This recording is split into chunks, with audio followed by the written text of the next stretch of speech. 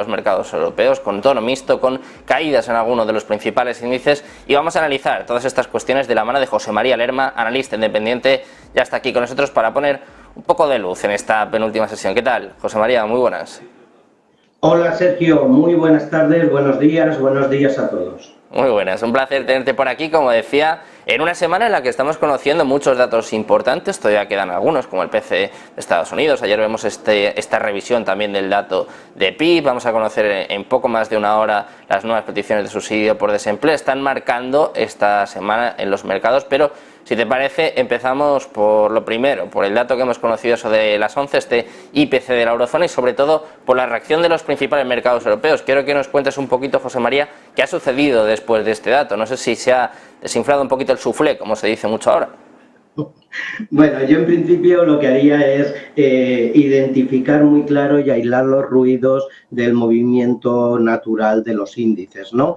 Sabemos que lo que es a las 11 que se ha publicado el IPC de la zona euro, que tampoco ha defraudado tanto, ya, aunque las previsiones en el subyacente ha permanecido igual, en el anual ha subido 2 décimas, pero ya intuíamos que saliendo mayores, pero fíjate que la subyacente de la zona euro queda 2 décimas por debajo de la anterior y el IPC anual se repite, ¿no? Y vemos que prácticamente en todos los países en los que desde ayer España y hoy hemos tenido Francia y hemos tenido Italia, pues los IPC están aumentando considerablemente, muy especial en Portugal, que quizá haya tenido un ascenso más de lo normal. También es normal que hayan rebotes puntuales y en ciertas partes del año, con lo cual tampoco rasguemos las vestiduras. Y los índices así lo han comportado, es decir, llevamos unas sesiones que desde que ha salido el dato sí podemos ver cómo los índices han disminuido un poquito las subidas, pero tenemos el indicador alemán en positivo y el indicador español en positivo. Y fíjate, Sergio, por terminar y ya lo que quieras seguir preguntando, que comentábamos en todas mis intervenciones desde agosto, cuidado que estas caídas nos pueden representar una muy buena opción de entrada en compra. Lo repetía la semana pasada, a pesar de datos de recesión de zona euro. Los mercados siguen fuertes, son alcistas. No, cuidado con estos mensajes, por favor, pero la evidencia hay que rendirse. Y aquí tenemos el mercado español en los 9.600, tuteándolo. Un 80% de la caída de agosto la ha recuperado en prácticamente una semana. El mercado alemán quizás sea el que más debilidad, el que menos ha recuperado, pero ya ha recuperado esa caída del 40%, ha entrado en su zona de confort alcista otra vez y está tuteando con los 16.000 puntos. Y si vemos los mercados americanos, pues todos han recuperado un 50% de la caída y llevan ya 6 sesiones consecutivas al alza, el Dow Jones con los 35.000 puntos, el S&P rompiendo desde hace 2 sesiones su subtendencia bajista de agosto y situándose por arriba de los 4.500 puntos,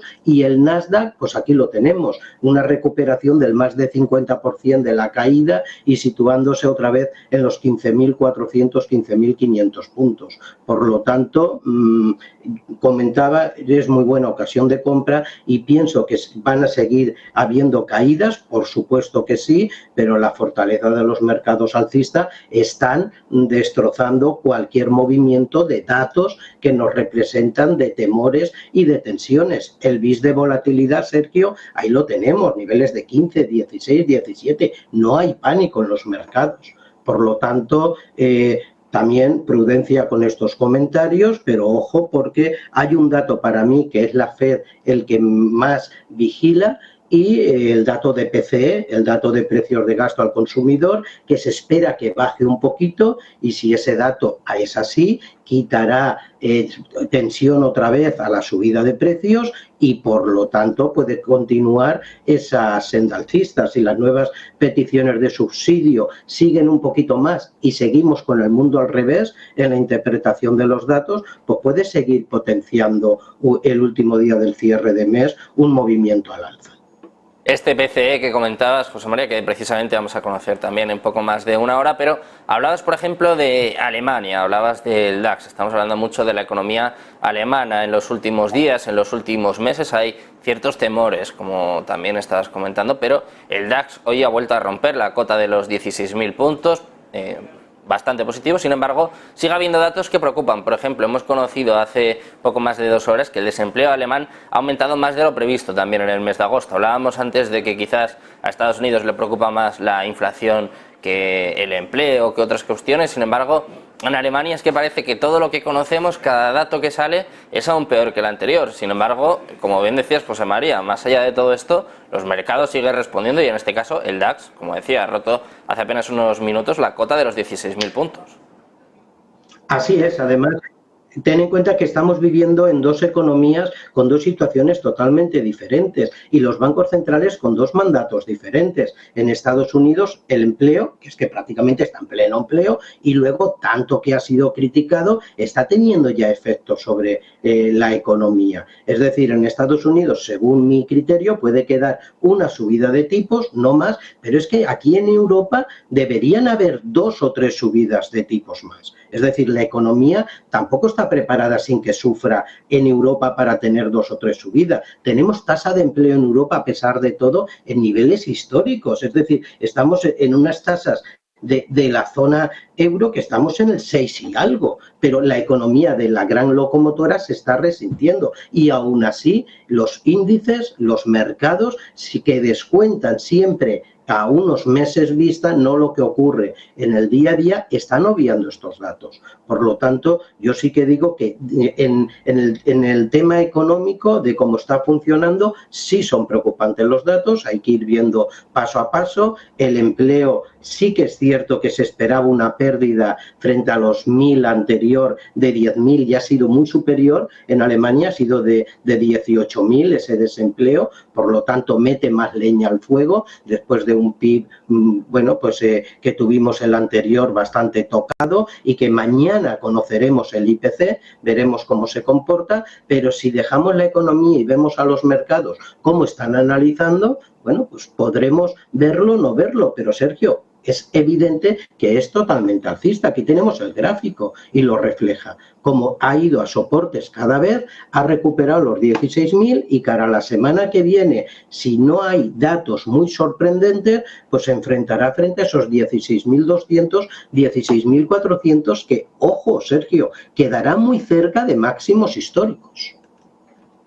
Cerca de máximos históricos, en este caso el DAX, a pesar de todos los datos, de todas las noticias que vamos conociendo en torno a la economía alemana, que dejan, bueno, pues algún que otro temor. Pero hablando de temores, yo creo que la palma en estos momentos se lo lleva sin duda la economía china. Lo comentábamos hace apenas unos minutos, el sector inmobiliario sigue dando problemas y en este caso el foco está puesto en Country Garden. Hay gente que piensa pues que puede ser quizás el próximo Evergrande. De hecho, hay algunos accionistas que ya están apuntando a un posible default, a un posible incumplimiento. Quiero que nos cuentes un poco en qué situación se encuentra realmente la economía china y sobre todo en el caso de que se termine produciendo este incumplimiento, ¿cómo podría responder? ¿Cómo podría afectarle?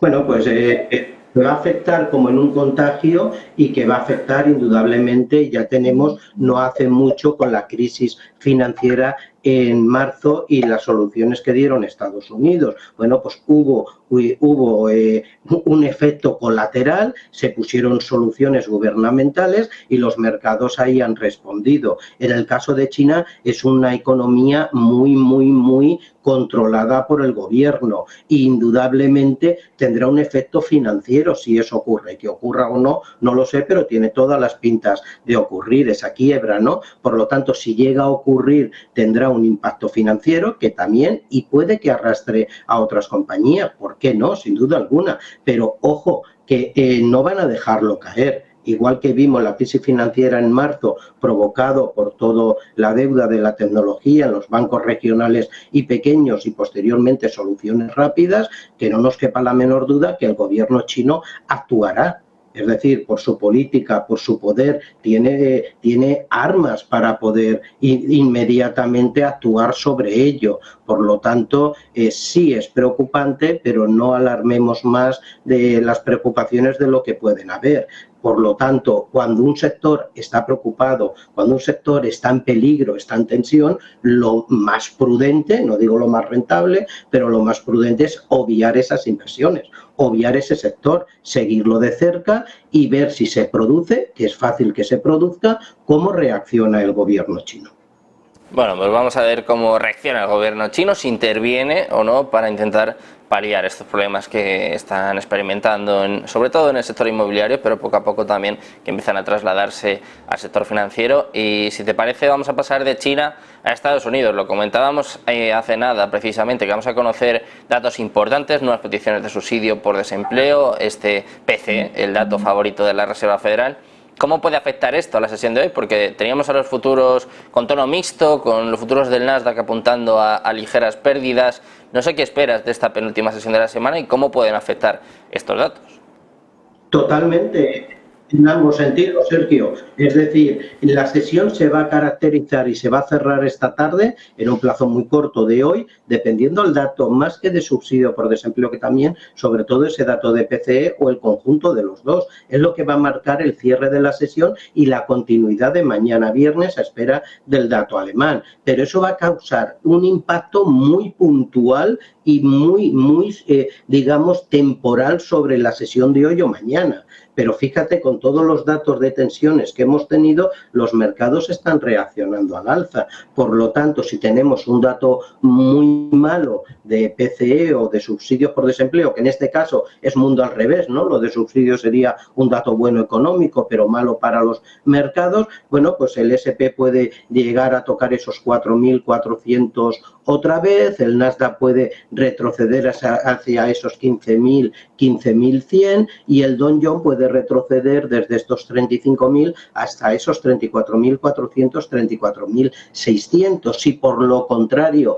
el PCE sale dentro de lo estimado mejor y los subsidios por desempleo salen pues un poquito más, o esa diferencia de 20-30K, 20-30.000 máximo, pues podemos tener continuidad alcista del Dow Jones para la semana que viene y para la sesión de hoy y mañana en niveles de 35.500, el S&P intentando buscar esos 4.560, 4.580, muy cerca ya de los máximos de inicio de enero, y el Nasdaq, que ya está también muy cerquita, intentando atacar la zona de 15.500, 15.600. Por lo tanto, evidentemente muy puntual, dependiendo cómo salga el dato a las 14:30 hora española, vamos a tener el siguiente movimiento, pero a plazo muy corto. Si ya lo hablamos de unas semanas, mi visión sigue siendo totalmente alcista y que hemos tenido una muy buena oportunidad de entrada en el mercado y así nos lo está reflejando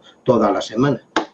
Pues si te parece, José María, antes de terminar, vamos con uno de los activos más importantes para los inversores, uno de los activos que más liquidez tiene, este cruce euro-dólar que está sorprendiendo porque vemos caídas de prácticamente medio punto. Quiero que nos cuentes un poquito en qué momento se encuentra, como decía, este activo que es quizás uno de los más importantes para los traders.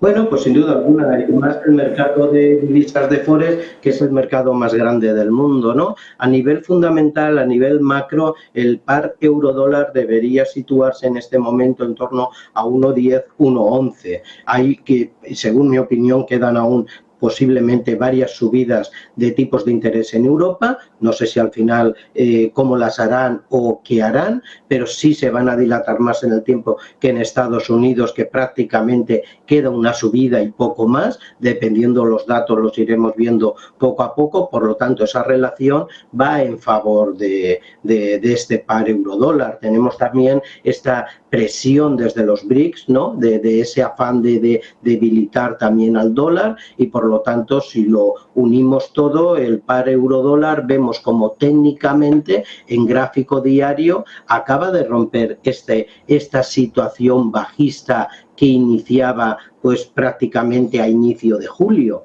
Por lo tanto, esa rotura que quitando la sesión de hoy, 3 días consecutiva de recuperación al alza, le va a afectar muchísimo los datos de las 14.30 a su evolución. Por lo tanto, para las siguientes sesiones, por la parte de abajo espero un posible caída a niveles de 1,08, 70 pips, 700 puntos, y por la parte de arriba un intento de ataque nuevamente a los niveles de 1,097, incluso 1,10, donde yo lo espero en las próximas 2 semanas. Por lo tanto, muy interesante la situación del eurodólar. Atento también a un activo que ha ido, y discúlpame Sergio que me extiendo unos segundos, que ha ido siempre muy correlacionado con el eurodólar y que ya lleva más de un mes que se ha descorrelacionado totalmente, que es el oro. Por lo tanto, veíamos cuando el par euro-dólar subía, el oro-dólar también subía y viceversa, se ha descorrelacionado, pero ojo porque está intentando romper esa barrera de los 1.938, 1.940 dólares la onza, y vamos a ver si lo logra durante la sesión de hoy. Tendrá una continuidad hacia esos 1.960, 1.980, que volverá otra vez a los inicios de julio, anulando totalmente la caída que ha tenido. Bueno, pues muy pendientes, como decía, de este cruce euro-dólar, que está muy interesante todo lo que concierne a la actualidad, y en este caso vamos a terminar contando que Moody's acaba de degradar aún más a Country Garden. Justo lo acabamos de analizar con José María, puede ser quizás el próximo Evergrande, más problemas para el sector inmobiliario de China, y ahora ha sido rebajada su calificación a CAC. Además ha dicho que la perspectiva sigue siendo negativa para esta inmobiliaria china, que está desde luego en serios problemas de un incumplimiento. Saldremos de dudas en los próximos días, en las próximas horas. Muchas gracias, José María, por estar con nosotros, por tus análisis y por dedicarnos un rato a estar aquí en Voces Televisión. Un placer. Muchas gracias a ustedes, y precaución, por favor. Mucha precaución, mucha información y mucha formación.